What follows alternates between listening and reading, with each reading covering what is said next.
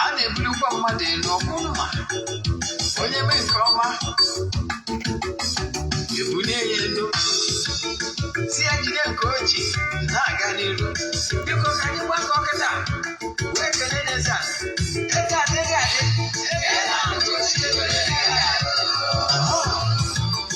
Eze-Ana Ugochi tubelu nwoke ọma na oraifite ị ga-adị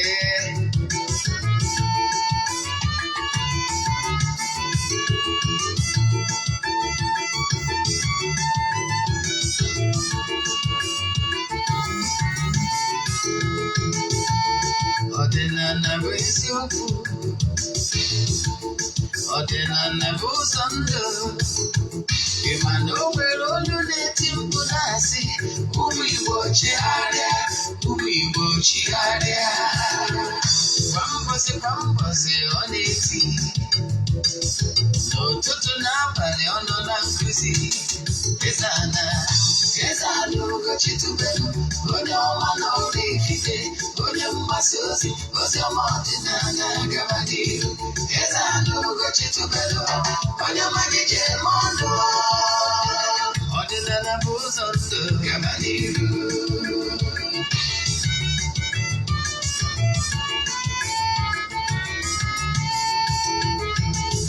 Eze-Ana Ugochi tubelu onye ọma na oraifite onye mgbasa ozi ọma ọdịnala gaba n'ihu Eze-Ana Ugochi tubelu onye ọmalịcha eme ọnụ ọdịnala bụ ụzọ ndụ gaba n'ihu Eze-Ana ga-adị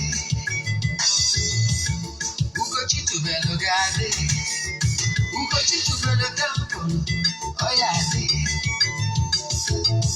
maka na eziokwu anwa jaja ndị okenye anyị front and back ndị ochie anyị front and back fọchasị kara aka ụgọdị ụmụ Igbo si anyị rapụ nke anyị na nke feka mma buru Baịbụl bịa akwụkwọ akụkọ mepekwa chọọchị fa obodo ụka agakwa mana Ugochi tubelu ekweghị ekwe Eze-Ana si na ọma mme ụtụtụ ọma na ụmụ ọdịnala Igbo anyị abịakwanụ n'oge awa nke eziokwu oge anyị ji awa eziokwu niile agba nke ọ bụ mụ nwa bụ Ogbuefi Eze-Ana Ugochi tubelu na-anọ n'isi ya n'ụbọchị taata bụ ụbọchị Eke ihe anyị ji maka ya wee bịa bụ more you should know about Igbo spirituality agba nke mbụ ya mana bifo anyị gaba n'iru maka ndị ọ bụ taata bụ izizi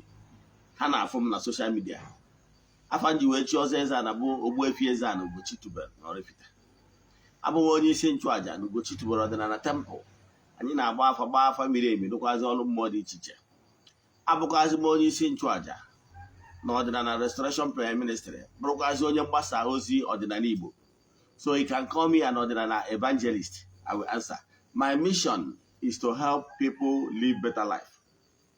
N'ụbọchị taa anyị agwanaghị isiokwu anyị ji bịa ihe niile ị kwesịrị ịma gbasara okpukpere ana Igbo bụ ọdịnala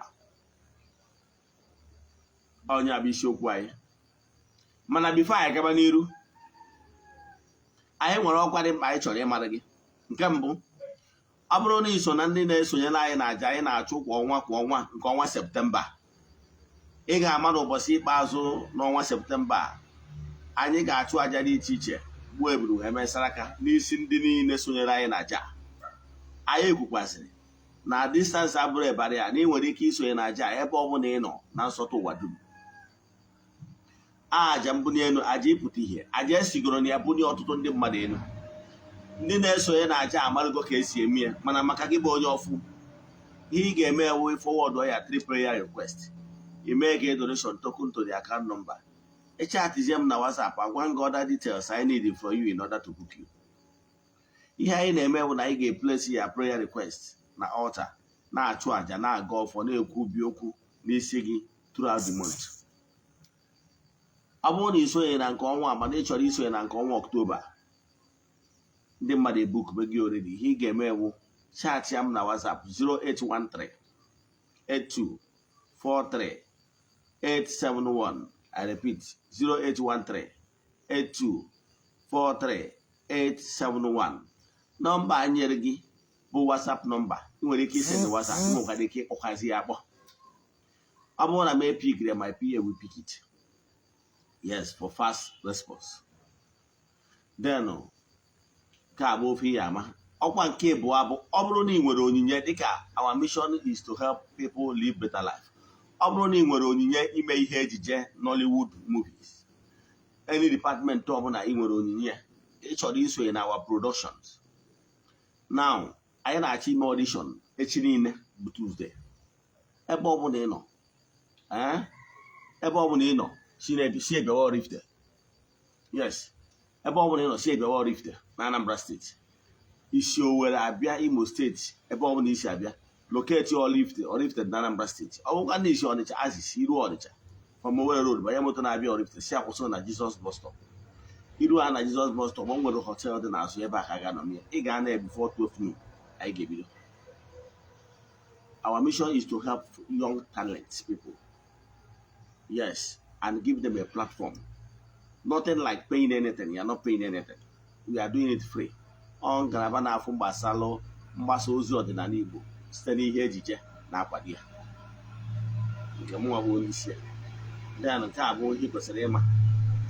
Then nke ọzọ, ọ bụrụ na ị laikiri nkụzi anyị anụta ma ọ bụ nkụzi anyị n'ụta, n'ihi na anụ ọnụ anyị site n'Eziokwu TV. Then mana ị chọrọ ịnụ nkụzi ọzọ, ma ọ bụ na ị chọrọ inweta nkụzi niile anyị na-akụzi n'ọdịnala Igbo kwa ụbọchị for years now, jee na our YouTube channel. Anyị nwere over 1000 lectures na nkụzi niile anyị na-akụzi ụbọchị ọbụla. Jee na Ogbuefi Eze-Ana Ugochi tubelu oraifite on my YouTube channel. Yes, ọ bụkwa ndị na-watch site n'Eziokwu TV. Onwe Nollywood movie ọbụla ịwọchị na channel ahụ Eziokwu TV, ị chọrọ ịwọchị ọzọ ma ọ bụ na ị chọrọ ishare ya mmadụ. Yes, our movies are very unique, with unique stories, true life stories. Jee na Ugochi tubelu movie productions ma ọ bụ na English movie. Ọ bụrụ na Igbo movie, jee na Eziokwu TV Nollywood movies. Yes, ị chọzi ịma ihe ndị ọzọ anyị na-eme na Eziokwu TV, jee watch ya na Eziokwu TV dịkwa na YouTube. Then ka anyị gabazie n'iru na nkụzi a gbara ọkpụrụkpụ anyị ji maka ya wee bịa. Kedu ihe m na-achọ ịkọwa na ya bụ nkụzi? N'ụbọchị taa, ị ga-ama many things. Yes, ihe anyị chọrọ ịkọwa bụ gịnị iwu Igbo spirituality, gịnị bụ ọdịnala Igbo, gịnị bụ ọdịnala. Akọwala m ụnụ sụrụ na o nwere ihe dị iche na ọdịnala ya na omenala. Yes, ọdịnala Igbo bụ ọkpụtọrọkpụ etu ndị Igbo si efe Chukwu bido dị na mgbe gboo, mgbe esi dị n'ụkwụ ụkwa. Ọ ime ya bụ ihe ọgbụtọrọkpụ anwa ịsọ nsọ ana. Onye ọbụla na-practice Igbo spirituality mana onye ahụ anaghị asọ nsọ ana, believe in me, onye a bụrụ onye ọdịnala Igbo. Maka na ana bụ isi mmụọ. Onye ka ndị Igbo na-asị na onye a melụrụ ana. You have desecrated the land. You must appease the land. So a na-asọ nsọ ana, mmanụ na ana na-egbu mmadụ. So onye ọbụla enwero this mindset na ya ma eme ihe ana na-asọ nsọ, na ya ma emelụ ana maka na ana na-egbu mmadụ. Onye ọbụla enwero mindset ya abụrụ onye ọdịnala. Maka onye ọbụla enwero nsọ ga na-eme ihe sọrọ ya nụ. Maka nsọ na-ebulite mmadụ na mmụọ. Yes, onye kpatara na ezigbo onye ọdịnala Igbo ga-enwerịrị nsọ. Nsọ bụ mgbe ị dị na-iru onwe gị some certain privileges in order to firm up and strengthen up your spiritual side. Onye ka ndị ụka muletere n'ihe a na-akpọ fasting. Fasting simple means denying yourself some certain privileges. You understand? Ka e wee wulite ndụ mmụọ gị. Nke bụ isiokwu na before ndị anyarị abịa, ndị ụka ọbịa abịa, ndị Igbo na-asọbụrụ nsọ na-edebe iwu. Maka na gịnị bụ iwu ọdịnala? Iwu ọdịnala bụ the 10 commandments. I keep saying it. That 10 commandments abụrụ iwu ndị ụka. Okay, ka m weregoro ihe ma wee malụ atụ. Moses akọrọ akụkọ gbasara 10 commandments was not a Christian. Ọ bụrụ onye ụka. All the characters agbara afa during that time, none of them was a Christian. In fact, he got the Old Testament as a whole. Where Moses kpọrọ Aaron, kpọrọ Jeremiah, kpọrọ Isaiah, kpọrọ onye ọbụla niile kpọrọ ha was never a Christian. Because had they reigned during the BC, thousands of years back, even before the advent of Christianity in BC. So ihe na-akọwalụ gị bụ na Chukwu okike mgbe o kechalụ mmadụ n'elu ụwa dum, o nyere mmadụ mandate, the do's and the don'ts, ihe mmadụ ga-eme na ihe mmadụ agaghị ime maka ọdịmma mmadụ, ma nke arụ ma nke mkpụrụ obi. Wee kọwalụ gị na Chukwu okike nyere mmadụ iwu iri abụ ịtọ, nke mbụ na nke wee ruo na nke ịtọ bụ ebe ọ gbasara ya bụ Chukwu okike pụrụ ime ihe niile. Ebe ọ na-enye mmadụ the summary of ihe niile ahụ na Chukwu okike kwesịrị ka akwanyere ugwu, na Chukwu okike ekwesịrọ ka ya na mmadụ ọbụla ma ọ bụ ihe okereke na-eri otito ya, na-abụ 1 to 3. Mana 4 to 10 bụ iwu mmadụ, etu ọ ga-esi dịrị mmadụ mma. Onye bụ ihe akọwara n'iwu nke ịnọ wee ruo na nke iri, so that this world will be a better place for all of us. That is mandate. And onye bụ iwu ọdịnala. So ọ bụrụ na ana na iri edebe iwu ọdịnala, nwanne forget it. A sị na onye nwoke si na nwoke eti na-eji ọfọ, nwaanyị si na-eji ọfọ, mana ọ bụ ọfọ ma onye jienu. So for you to be a good ordinary person, ị ga na-asọ nsọ, ị mara ihe ahụ ọ ga-abụ eme gị na ọ ma adịghị mma ime na mmadụ, ya bụ n'igbo onye ọdịnala. Yes, ọ bụrụ na a na-ede asọ nsọ na ị na-edebe iwu a, forget it. Whether ma ị na-atụ nzu ma ọ bụ na ị na-atụ nkwụ ọkụ does not count anything. The basic ones must be na idebere ya bụ iwu a, iwu ọdịnala. Iwu ọdịnala bụ iwu ihe edeberiri. Ọ dị very important na ị ga-edebe iwu a. So it has nothing to do with na n'ịbụ a Christian. No. Ị ga-edeberiri iwu ọdịnala ma ọ bụrụ na ị chọrọ ịbụ ezigbo onye ọdịnala, Igbo spirituality. So Igbo spirituality bụ onye na-edebe iwu a, na bụ onye ọdịnala. So ihe na-achịkọwala gị bụ na before ndị ụka anyarị abịa, ndị be anyị na-asọburi nsọ, na-asụ nsọ ala. Mmadụ na ana na-egbu mmadụ, mmadụ na mkpụrụ onye kụrụ ka ọ ga-aghọrọ. Because n'ọdịnala Igbo kwenyelu na kama, ọdịnala Igbo kwenyelu n'ihe in kọmputa anyị kpọrọ ya garbage in, garbage out. Meaning na whatever you give to computer is what computer will give you back. Computer cannot show you information which you did not install. So if you install something in computer, whenever you need it, computer will give it back.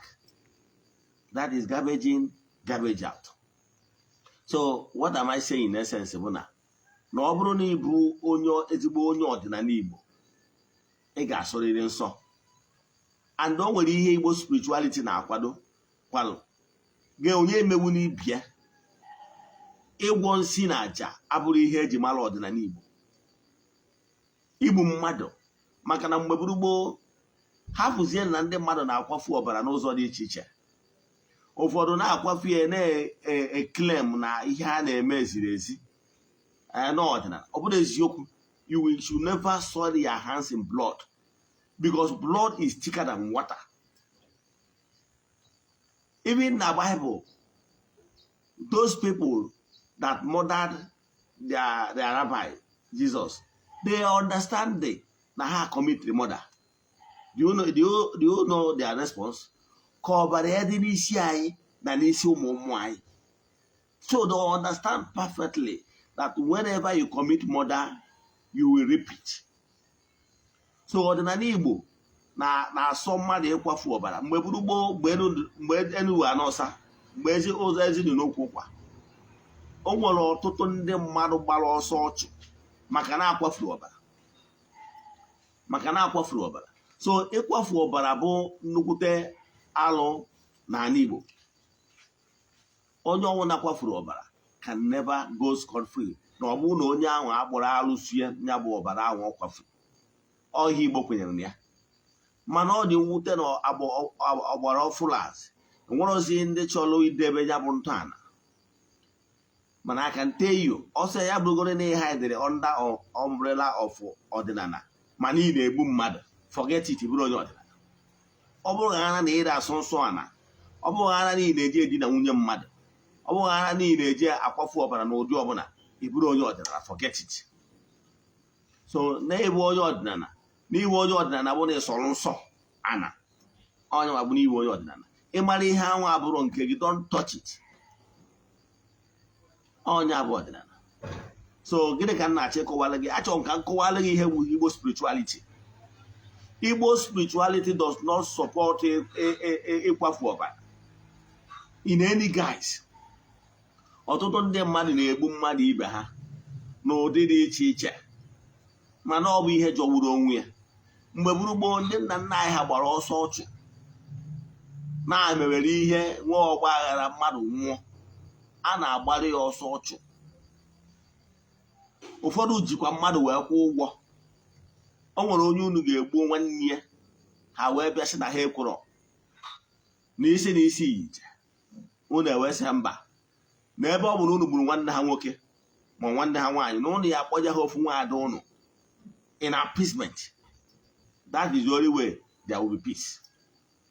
Ewerukwa isi kwụọ ụgwọ isi. Nothing is free. So ihe na-achọ ịkọwara gị bụ onye ọbụla na-agwa gị na ị nwere ike igbu mmadụ kwafuo ọbara na free na aghọrị gị aghọrị. I can tell you, when these chiefs are down, you will not have anywhere to hide. Maka na a na-eji ajọ omume nke ndị bụ nna wee lụta agbụrụ ha wee ruo to the 4th generation. Yeji because of what you will get now. Wee subject ya agbụrụ kwuru agbụrụ ga-abịa n'ihu n'ụzọ gị to abject poverty and pain. Maka na ihe kwuru ihe akwụdebe ya. Onye ọbụla na-agwa gị na gị mebe ihe ọjọọ na ihe niile edere ebe a is just deceiving you. Life is all concurrent. Ebe ị kwụsịrị na this earth life, if we are given opportunity to reincarnate back, you start where you stop. Ọ bụrụ na famụlụ keepuo garbages ihe ọjọọ dị iche iche n'ụzọ gị, ijecha oru jee Igbo reincarnate, no matter how long it will take, you will still start packing those garbages and trash which you kept on your way. So Igbo spirituality does not support evil in any way. Makana we believe in law of karma. Anyị believe na ọdịnala Igbo believe na ọfọnoku. Anyị believe na ikpuru onye kụrụ ka ọ ga-aghọrọ. Go and read it again. You know why I quote Bible? I want to teach you something from what you know. Maybe your pastor or your whatever, your priest will not read this place for you. Go and read it. Galatians 6:7. Galatians chapter 6 verse 7 says, and I read, God can never be mocked. Whatever you sow is what you reap. QED. Onwere ebe a sịrị gị na gị na-eso ihe ọjọọ, emesịa mgbe imeju ishie crocodile tears, agbapụta gị ṅụrịa, agbapụta gị ṅụrịa, say hallelujah, amen. You say thank you Jesus, thank you my Lord. Now all things have passed away. Onye gwara gị? In fact, if you ask me, I will tell you that na ndị butere mpụọlọchi n'ala Igbo a bụ ndị ụka ọbịa. Maka na ha bidoro kụzibere ndị mmadụ na Chineke jupụtara n'afọ ọma na obi ebere. He is so merciful. Therefore, ndị mmadụ na-emezi mpụ na ọtọnọ.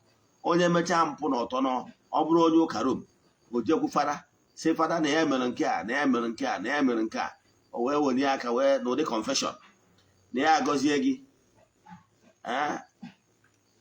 n'ụdị confession na ya agọzie gị ikpe ekere mmadụ ugboro 10 jee mọdụ mas 1 week mee oto dịrị na nwa na mmụọ nsọ ọsị Chineke chike niile na ya agbaghara gị mmehie okwucha nke a otie aka na confessional stand ibinie ịmanye ka ọsa n'obi gị obi ha ka na enwe nwa na agbaghara gị mmehie. Onye gwara gị? My friend, ọ bụrụ na o nwere onye iji egwuru ji ya jee gwa ya na igwuru ji ya. Ọ bụrụ na o nwere onye imejọrọ jee gwa ya na imejọrọ ya gbaghara gị. Ọ bụrụ na o nwere onye kpọrọ nwunye ya jee rite ọnụ ọrịa nwunye ya yọọ ya mgbaghara. Until onye ahụ imejọrọ ejiri obi ya niile wee sị mekọpa sị oke mee ebere na ya gbaghara. Ọ sị ya bụ mgbe ị nwere onwe gị n'ezie. Let me give you an example. Ọ bụrụ na mmadụ mejọrọ gị iwepụ okwu na police as a complainant and you insist na this case need the justice, ihe police ga-eme bụ ha pressurize ya ka unu settle out of court. Ọ bụrụ na o nwere isi push the matter to court until mana ọ bụrụ na onye ahụ mejọrọ gị bịakwutere nwanne m emejọrọ gị, please forgive me, and you forgive the person, the case awụngwo natural death. Ịghọtara ya? Etu a ka ọ dị na mmụọ. Onye imejọ say gị my brother I have forgiven you, yes, a man in one pịawa azụ ga-esite ya, mana ọ bụrụ na ọ bụrụ ya nwanne ị ga-enweta mpịawa azụ do ya sienu maka na ihe onye kụrụ ka ọ ga-aghọrọ. The law of nature, if you sow bad you reap bad, if you sow goodies you reap goodies. I can tell you, if you like you pray, if you like you do anything, as long as you sow badness,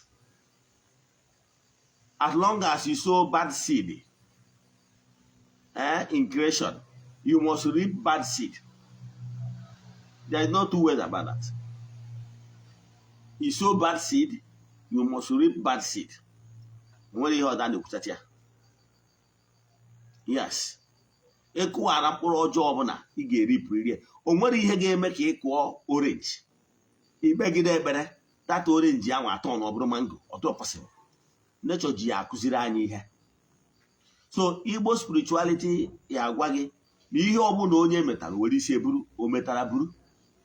Igbo spirituality agwara gị na ije gbuo mmadụ jee narụ mmadụ anị ya ije confession agbaghara gị. Ọ bụrụ eziokwu, return ọrụ onye nara anị ya my friend, na ọ bụrụ na ị chọrọ inwe nzọpụta. Igbo spirituality believe in ihe a na-akpọ restitution. Igbo spirituality kwuru ga akwafu n'ọbara ga-enye onye megidere nwanne ya onye abụrụ Igbo onye ọta. Igbo spirituality a sọpọtụrụ gị ka ị na-egbu mmadụ, na-agwọ nsị, na-atụsara ndị mmadụ, na-eme ndị mmadụ enye ule, iwu sọfa. Ọgwụ ịtacha afọ a kọntinuo n'ụmụ gị ndị niile kwudoro gị ihe ọjọọ ị na-eme, ndị agwọrọ gị para ihe ị na-eme bụ dị njọ. Ịghọtara ya? So ihe m na-ekwu bụ na ọdịnala Igbo asụpọtụrụ gị nwee ime ihe ọjọọ. Kịta ịgwọ ọgwụ na-ewi, ịgwọ ọgwụ ọjọọ. Yes, o nwere ọdịnala Igbo na-eyuzu nature science. Nature science bụ na-enwere mgbọrọgwụ na ahịfịa dị iche iche Chukwu Okike nyere ike ime nke a ma ọ bụ ime nke ọzọ. Ka mmadụ, o nwere ahịfịa a na-akpọ nju ọfịa. Nju ọfịa nwere ike for any reason ọ jụta gị n'ahụ, you lost, you miss your way. Ọ bụgo nọ inside the forest, you miss your way. So e nwere ahịfịa dị iche iche Chukwu Okike nyere ike dị iche iche eji arụ ọrụ dị iche iche. I agree. So ability to mix those two herbs and leaves together can give you positive result. The way ọ ga-abụ inwe malaria and typhoid, you got to chemist emisere ọgwụ nke a, tiri gị antisonet, tiri gị nke a, tiri paracetamol, ịṅụọ ya, ị nwere onwe gị. Etu a ka mgbọrọgwụ na ahịfịa dị n'ala Igbo. So e nwere mgbọrọgwụ na akpa ahịfịa iyi ahụ iweta nke a weta nke a tii. Onye ọbụla bịara na be gị zuo ori ọzama ilo.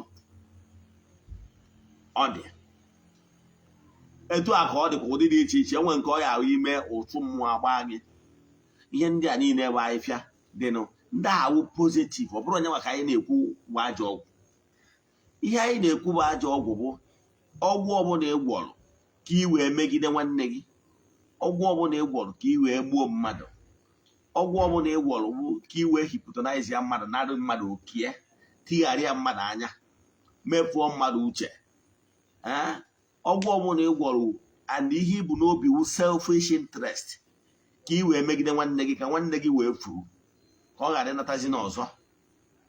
O jee ada Yoruba, usoro otu nwaanyị narie, ụnụ akpa ya na ọnwụọ na for 20-something years, ịkpara anị ya. Ụmụ ihe ndị a bụ ihe a na-ekwu dị njọ, maka na the intention iji menya bụ ihe dị bad is selfish. It goes to, it lacks love. Your intention of doing those terms lack love. So ime ụdị ihe dị etu a, ị committed gịnị? Abominable act. Ị committed sin. Mana ọ bụrụ na ọgwụrọgwụ na mkpa ife iwetalụ bụ ka i wee zọọ ndụ, ka i wee protect yo nke gị ma ọ bụ oke gị, nke a bụrụ onye maka anyị na-ekwu ajọ ọgwụ. Maka na obodo nwere obodo ụfọdụ ndị oshi na ndị ama na-abịa n'obodo a bịa na-eme mpụ na ọtọnọ. Ụfọdụ obodo tụrụ egbo na iburu ghara ihe ọjọọ ọbụla ma ọ bụ je gwọta ọgwụ ọjọọ ọbụla bata n'obodo ahụ, tụọ gasị krọs data egbo agha tụrụ ọgwụ ahụ emerụọ. Obodo ụfọdụ mere nke a bụ good. Mana ihe anyị na-ekwu mgbe ị jere na-agwọ ọgwụ ka ị megharịa nwanne gị anya narị okie, ma ọ bụ ka ije gwọba oke ite, ajọ ọgwụ, ma ọ bụ ka ije gwọba igbo, ajọ ọgwụ, ma ọ bụ ka ije gwọba ndị dị iche iche, and ya primary intention bụ ka ị nara mmadụ nke ka ị megharịa mmadụ anya. Ndị a ka anyị kwuru na ọ bụ ajọ ọgwụ, maka na intention were evil, maka na intention bụ lack love, maka na intention gị bụ ka ị megide mmadụ, maka na o ji mmadụ na ana ji onwe ya. Mgbe ahụ ị na-aplanụ ka ị wee megide mmadụ, ka ị nara mmadụ oke aka nteyo, ụbọchị a mụrụ dike na mba ka a mụrụ ibi ya. Onye iji na ana taa, ị mara echi. Ị nwere ike ijide onye ahụ taa na ana, echi onye ahụ wee recover ihe anyị kpọrọ consciousness. Onye ahụ amara onwe, mgbe onye ahụ mara onwe do the needful o kwesịrị ime, mmụọ ahụ anya na ya so o mere activate. Mgbe ọ dị conscious of who he or she is, will come fight for you. Maka na o nwere onye ichi na ana, onye ị nwere ike iji na ana nwe ofeke, maka na ị nwere ike jide onye ma ihe a na-eme, onye kụrụ mmụọ mbamba, onye kwụ n'ụkwụ ya na-abụ ka nwoke si akwụ, inwe problem. Maka na adịghị agba ngwụrọ na moto. Yes, onye ahụ ị na-achọ ka ị na-anara ndị mmadụ oke ha, na-emegide ndị mmadụ. I can tell you, one day monkey go market, you no go return. Maka na ụbọchị niile bụ ụbọchị nke onye oshi, ofu ụbọchị bụ nke onye nwe ụlọ. Maka onye ị na-anara nke ya nwere ike na-ana ndị mmadụ oke, otu ụbọchị daa n'aka onye ma ihe ịma, onye bụkwa odogwu, inwe showdown. Ịghọtara ya? Ihe na-akọwara gị wepụ aka na ajọ ọgwụ, wepụ aka n'otu nzuzo. Ihe ọbụla ị na-eme ịbụ ka ị wee manipulate your other people, occult practices, wepụ aka na ya, because it will not help you. Yes, it will not help you. Whatever you are doing must not lack love. Imeni ya ka imegide mmadụ na ike dị gị n'aka, maka na o nwere onye ị ga-eme ya inwe problem, maka ihi na ihe suyenu buru ibu. Maka na ụbọchị a mụrụ dike na mba ka a mụrụ ibie na mba ọzọ. One day you will jam. Love kama we make it that you jam. Onye akpatara na onye ọbụla na-anya isi ọgwụ, onye ọbụla lie n'ọgwụ can never go far in life. Yes, because no ihe kwuru ihe akwụdebe one day that ọgwụ na amagnet ọgwụ. Yes, otu ụbọchị ji amụ ọgwụ karịrị ọgwụ. Mana ọ bụrụ onye ji ọfọ na ogo, onye na-efolo na natural process, you live long. You know why? Even if when people plan are evil against you, the natural laws will never allow them. They will never go scot-free. Let me be the greatest dibia. ị ga-ekwe onwe gị nkwa kwụba aka gị ọtọ i wee yọọ mmụọ ihe ị chọrọ ka mmụọ meele gị. Ọ bụrụ na iwu dibịa kwụba aka gị ọtọ, ị bụrụ onye ọdịnala nkịtị kwụba aka gị ọtọ, nke ọbụla ị na-eme kwụba aka gị ọtọ. Itikwa n'aka n'ihe ọbụla bụ ịgwọ ọgwụ ọjọọ maka ndụ gị, maka ezinụlọ gị. Maka na this life you are seeing is all about bọọlụ ị gbara n'ahụ aja must come back to you. Ọ bụrụ na ị bụ onye na-achọ ka ị megide mmadụ, ma ọ megide nwunye mmadụ, ma ọ megide ụmụ mmadụ, ụmụ nke gị, ọ bụgoro na eduru ogologo ndụ wee witness in your lifetime, in your next world, ị ga-adị ndụ mmadụ a na-emegide ndị nke gị, ka ị wee feel ka pain ndị anwa feel no during their time. So what am I saying? Igbo spirituality believe in karma, no matter bro. Igbo spirituality believe na mkpụrụ ọbụla onye kụrụ ka ọ ga-aghọrọ. So ghọtịa and no peace. Esikwana ka ị megide mmadụ, esikwana ka ị nara mmadụ okie. Ka m kwụsị ebe a, mana achọ nke ịghọta ihe bụ ọdịnala Igbo. Ọdịnala Igbo, ezigbo onye ọdịnala Igbo bụ onye anwa na-awa atụ nzu, na-awa ọjị, na-akpọku ndị nna nna ya, kwụba aka ya ọtọ. Onye a bụ ezigbo onye ọdịnala Igbo. Ọ bụrụ onye na-agwọ ọgwụ. Ọdịnala Igbo asịrọ gị gwọba ọgwụ. Ọdịnala Igbo ndị na-agwọ ọgwụ ọjọọ na-eme ya as a corrupt practice, as a greediness. Ọ bụrụ ọdịnala Igbo sendịrị ha ịgwọ ọgwụ, no. Ọ bụrụ ọdịnala Igbo sendịrị ha imegide ndị mmadụ. Etu a ndị mmadụ ụfọdụ si nọrọkwarị n'ụka na ọchọ n'otu nzuzo dị iche iche na-eme ihe ọjọọ, then ndị na-eto abụrụ ndị ụka sendịrị ha.